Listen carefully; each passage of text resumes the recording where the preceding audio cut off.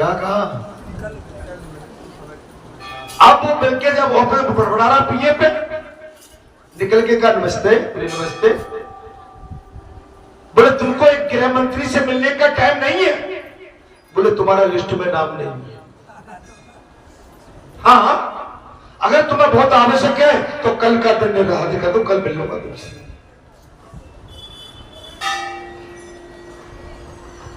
बोले कोई खाकी टोपी पहनने से क्या कहा ब्रिगेडियर ने? कोई गांधी नहीं बन जाता है। आप समझ ले बहुत गहरी बात कह गया हूं। भगवा वस्त्र पहनने से संत नहीं बन जाते। अगर भगवा वस्त्र पहने हैं तो इनकी लाज रखो। इनका कर्तव्य क्या है, इनकी महिमा क्या है, इनका संदेश क्या है, आप पर लोग विश्वास क्या करते हैं, आप समझ सकते हैं। महाराज बुलबा के बिहारी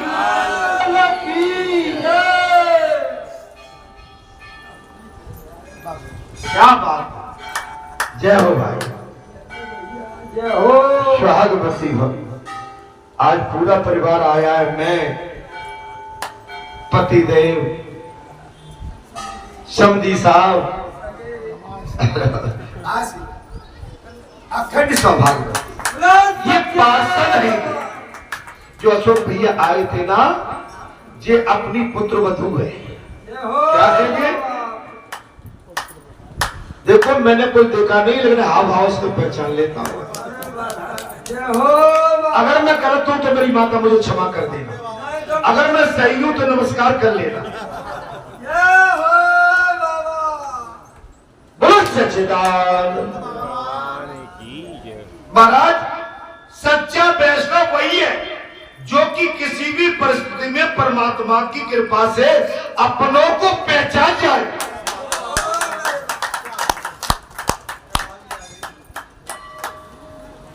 और मन को शांत एवं संतुष्ट रखता हो। मन को शांत रखना ही सबसे बड़ा पुण्य है। माता और पिता को अपने पुत्र के लिए बहुत चिंता, माता बंद कर दो, माता एवं पिता को अपने पुत्र के लिए बहुत चिंता रहती है। परंतु महाराज पुत्रेषणा के साथ साथ अनेक वासनाएं भी आ जाती हैं। आपके घर में पुत्र तो है, उसे पढ़ाना है, लिखाना है, पालना है, आगे ले जाना है, शादी ब्याह करना है, इसका सब कुछ करना है। माने जो विलासता की तृष्णाएं हमारे आ गया। पुत्र क्षणा के पीछे महाराज वित्त सणा और चित्त सणा के पीछे लोग के सणा जानी जाती, लोकाचार ये पीछे लगा रहता है। वो मैंने पहले बात कही। आत्मदेव ने उस महात्मा से कहा कि मुझे पुत्र दो, क्योंकि पुत्र ही पिता को सदगति देता है। आत्मदेव ब्राह्मण ने साफ कह दिया, ए महात्मा जन, मुझे पुत्र चाहिए और पुत्र के बगैर पिता को सदगति प्राप्त नहीं होती। महाराज तब कहा अपुत्रसम महाराज गति नास्ते। वे महात्मा आत्मदेव को समझाते हैं कि स्वती भगवती एक स्थान पर रहती है। क्या कहती है महाराज? कि पुत्र से मुक्ति नहीं है। शक्ति स्मृति श्रुति कह रही है, बोले पुत्र से कल्याण। भाई कथा का भाव पहचानो मेरी माताओं, कथा में मन लगा लो, इधर उधर मत देखो, व्यासपीठ की तरफ ध्यान रखो, ठीक है? वंश के रक्षण के लिए सत्कर्म करो, वंश के रक्षण के लिए सत्कर्म करो, आपका वंश सुरक्षित बना रहे। 1 लाख पुत्र 1.25 लाख नाती जा रावण के दिया। आप अपने वंश के लिए सत्कर्म करो, आज आपके वंश के लिए, क्षेत्र के लिए और राष्ट्र के लिए यहाँ से सत्कर्म जा रहा है, ये अमर है। पुत्र पिता के नाम तो मिट जाएंगे, लेकिन ये अमर है, अमर है। यदि पुत्र की सदगति दे सकता था तो संसार में प्राय सभी के पुत्र होते। अगर पुत्र के माध्यम से सभी को सदगति और सभी का कल्याण हुआ होता तो इस संसार में सभी के पास पुत्र होते। अतः सभी को सदगति मिलनी चाहिए थी। पिता को ऐसी आशा कभी नहीं करनी। विधि के विपरीत कभी नहीं जाना। कथा में आनंद आ रहा है। आज तो मौसम भी बढ़िया है और सबसे बड़ा तो इधर से ठंडक है यार। दादाजी क्या हो गया इधर? तुमसे क्या हो गया? जयकार बोल रही है। मेरा पुत्र श्राद्ध करेगा तो मेरी सदगति हो जाएगी। मेरा पुत्र मेरे मरने के उपरांत मेरा श्राद्ध करेगा, मेरी सदगति हो जाएगी। श्राद्ध करने से वो जीव अच्छी योनि में जाता है, परंतु ऐसा मत समझिए कि वो जन्म मृत्यु के फेरे से छूट जाएगा। ठीक है, आपको पुण्य मिल जाएगा, लेकिन जन्म मृत्यु के फेरे से वो जीव फिर भी नहीं बच पाएगा। श्राद्ध और पिंडदान मुक्ति नहीं दे सकते। भागवत कथा जो कह रही है श्राद्ध और पिंडदान मुक्ति नहीं दे सकते। श्राद्ध कर्म धर्म है। श्राद्ध क्या है? कर्म धर्म है। श्राद्ध करने से नरक से तो छुटकारा मिलता है, परंतु केवल श्राद्ध करने से मुक्ति नहीं। श्राद्ध करने से नरक से छुटकारा मिल सकता है, पर मुक्ति प्रदान नहीं होती। श्राद्ध करने की मनाही नहीं कर सकते। भागवत कथा में प्रसंग आ गया है कि किसी का श्राद्ध करने की मना नहीं है। श्राद्ध करने से पितृगण प्रसन्न तो होते और आशीर्वाद भी देते हैं। पिंडदान का सही अर्थ कोई समझता ही नहीं है। आप बात को समझ रहे हैं? अच्छा, कोई आपको वेदाचार बताता है क्या? अच्छा देखिए, 7 दिन में हम कह 2 घंटे कथा कहनी है, बाकी आपको संगीत में समय निकाल देना है। बाकी समय संगीत में निकालना है। और 7 दिन की कथा में हमारी पूरी कथा हो नहीं पाती है। और बालाजी धाम ग्राम बरटा में ये कथा 3 साल चलेगी। जो कथा भागवताचार्य 7 दिन में पूरी नहीं कर पाते, बालाजी धाम ग्राम बरटा में 3 साल चलेगी।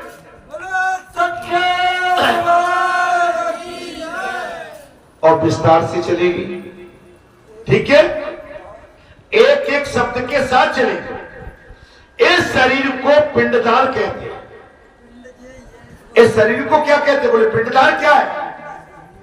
बोले इस शरीर को ही पिंडदान कहते हैं। इसे परमात्मा को अर्पण करना ही पिंडदान है।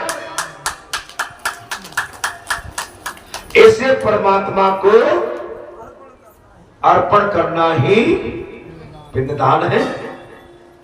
तब सनक ऋषि कहते हैं, ऋषिवर नारद, ये निश्चित करना है कि मुझे अपना जीवन ईश्वर को अर्पण करना है।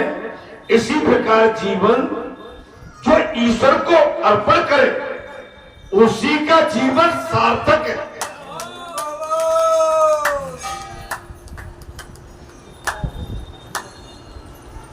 आज मैं सुबह बहुत थका हुआ है, बेहद।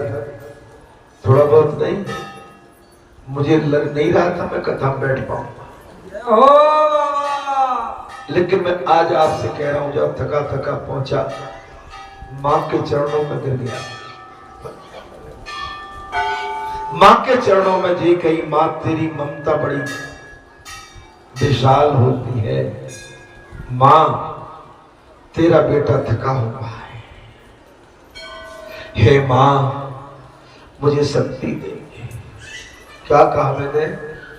मैं कोई पहलिया नहीं। मां तेरी आंचल में मैं आके गया हूं और मैंने कहा मां के आंचल की छाया जिसे मिल जाए वो धन्य हो जाता है। आप समझ लो मैं बेहद थका हुआ था, लेकिन आप ये भी समझ लो कि मैं बैठा हुआ।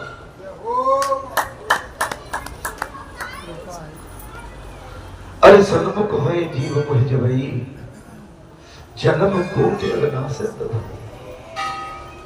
जी। इस समय जो नशा है ना, वो इस समय भगवती का ही वो है करंट।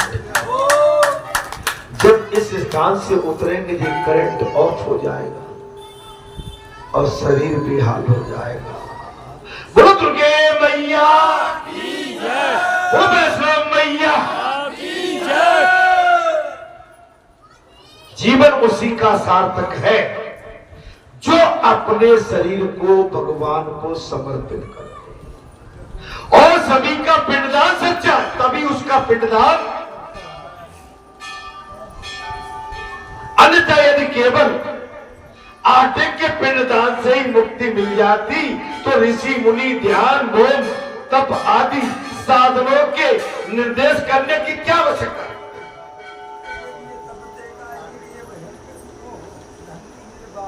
उसमें भी हम फॉर्मेलिटी करते हैं, पिंडदान जल्दी कर दो, जल्दी निपटाओ, कौन और रह गया है? महाराज बहुत जल्दी उसमें भी कर दो। अंतिम संस्कार जो हमें अपने मानव जीवन का करना या कराना चाहिए, उसको भी हम शांति से नहीं कर पाते, जल्दबाजी करते हैं। अगर आपके द्वार पर आदमी इकट्ठे हो गए, उनको ये लगती है कुंवर रहेगा, इतने आइए रे कुंवर रहेगा, जल्दी करो, जल्दी करो। अरे जल्दी करने वाले, कराने वाले, कहने वालों, तुमको भी वही सोना है। जीते लकड़ी, मरते लकड़ी। अरे देख तमाशा लकड़ी का, और जिस दिन तेरा जन्म होगा ता पलंग बिछाता लकड़ी। हम अमर होके नहीं आए, हमें उसी काठ की काठी पर बैठ के जाना है। मेरे भाइयों समझो, महाराज जीवन मृत्यु के त्रास से छुटना है। केवल सत्कर्म और सत्य कर्म भी अपना ही किया हुआ होना चाहिए, अपने हाथों से अपना सत्कर्म। काय भैया ठीक है, खुश हो? हाँ, ये भैया भी कह रहा था महाराज तुमने बड़ी देर में सुनी। क्या कह रहे हो जी? ये पेड़ कटैया है, जाने 4 पेड़ जईने बैठाए जाके।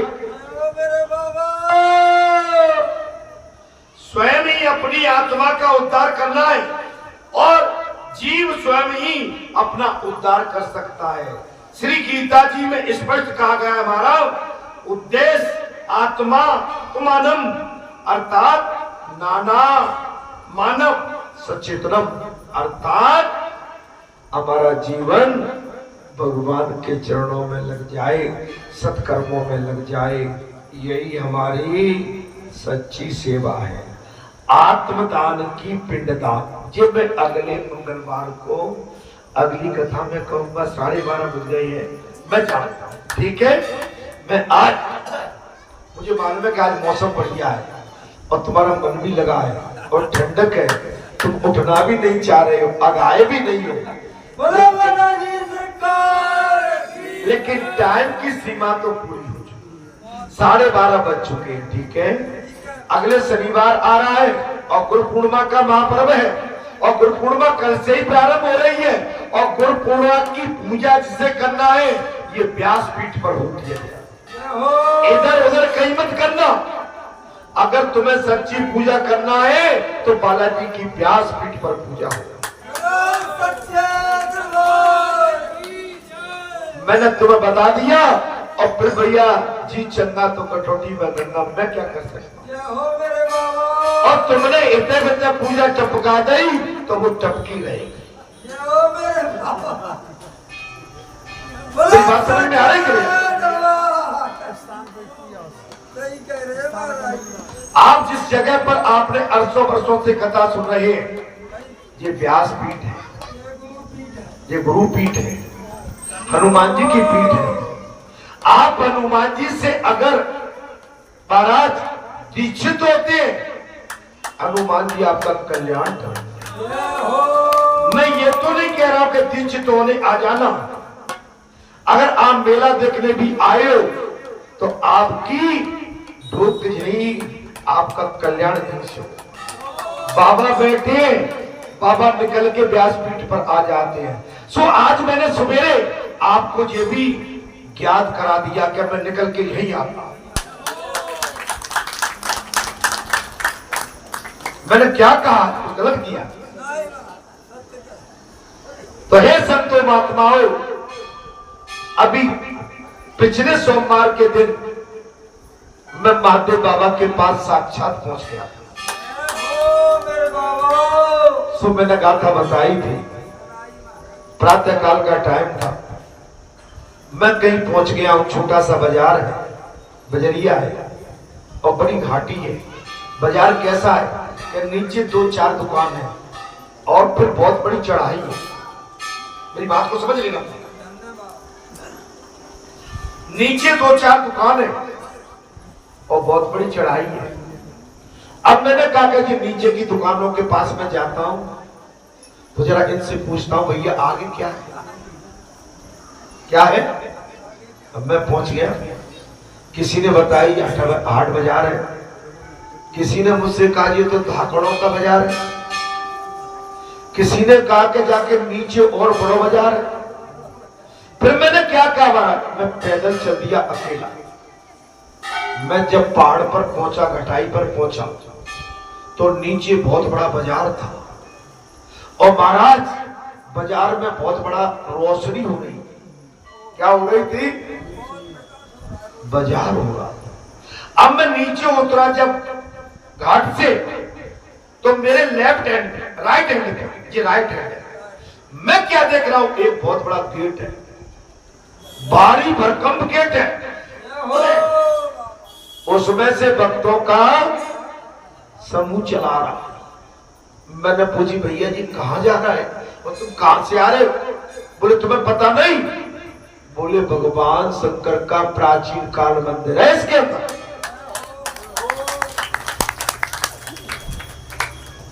अच्छा, मैं उसमें घुस गया गेट पे। अब मैं चला जाऊं? भैया बंद करो, बंद करो। मैं चला ही जा रहा। मैं 2-3 किलोमीटर चल गया। कुछ कन्याएं चली आ रही, माताएं चली आ रही, भीड़ चली आ रही है। अब मैं भीड़ से निकल के आंगन में पहुंच गया। क्या हो गया? आंगन में कोई नहीं। देखिए लीला। अब मैं क्या देखता हूं कि मैं जब ऐसे जा रहा हूं तो आंगन आ गया। जब मैंने ऐसे नजर करी तो महादेव बाबा का बहुत बड़ा मंदिर दिख रहा है। मैं साक्षात बता रहा हूं, कोई तुम्हें गप नहीं दूंगा। जब मैंने दृष्टि डाली सामने तो महादेव बाबा की प्राचीन काल मूर्ति है और मूर्ति का कोई विशेष आकार नहीं। क्या नहीं है? वो पहाड़ में है और पहाड़ में वो मूर्ति विचित्र है।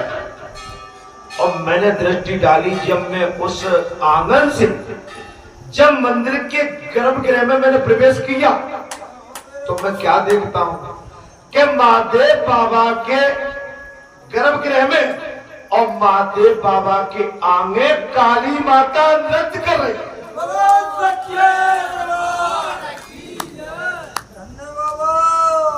काली मैया क्या कर रही है? मेरी बात समझ में आ रही है कि नहीं आ रही?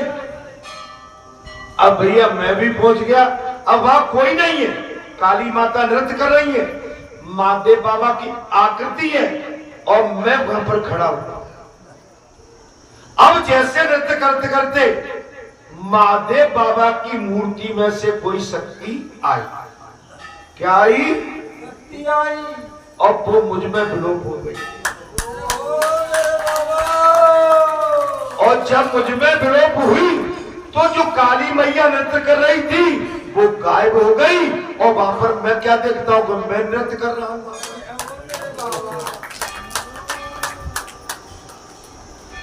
नहीं, मैं कोई आपको इधर उधर की फांकलौजी नहीं करता हूं। सत्य कर रहे हैं बाबा। तो भैया क्या भूला तेरी पम प्यारे ओ सामन महीना सतज गोरे भैया बेटिया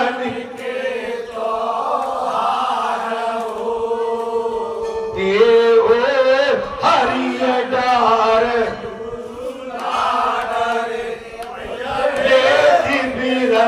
को नाम क्या भोला तेरी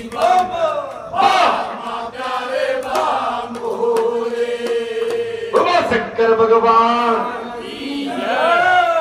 आज से ही सामन लग गया, ऐसा मान। मैं अंतर ध्यान होता हूं, शनिवार को आपकी सेवा में हूं और रविवार को गुरु पूर्णिमा है, मैं उस समय भी आपकी सेवा में हूं। सोमवार को भी मैं आपकी सेवा में हूं और मंगल को भी सेवा में हूं, क्योंकि मुझे सेवा का ही काम मिला है। मुझे क्या मिला है? मुझे भगवान की सेवा का काम मिला है। ठीक है? और भैया कथा में आपको आनंद आया हो तो मुझसे कह देना, और नहीं आओ कैसी कह देना। ये आपका स्थान खूब फलेगा फूलेगा। आपके इस पर्यटन के स्थान की ख्याति विख्याति, यहाँ पर असंख्य मेला होगा।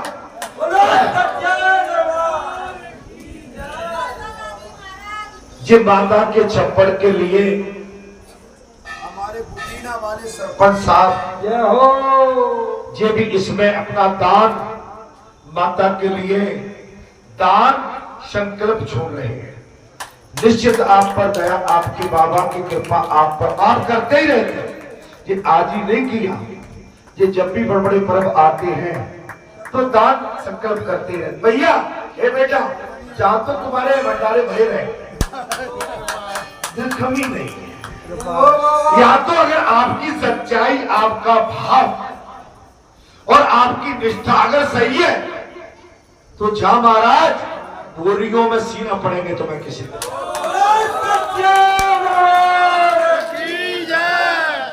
इसी बात के साथ। लेकिन हमें सबको काम भी देखना पड़ता है। हाँ, एक बात और बता के जा रहा हूं, क्या गुरु पूर्णिमा का मेला अखंड रहेगा?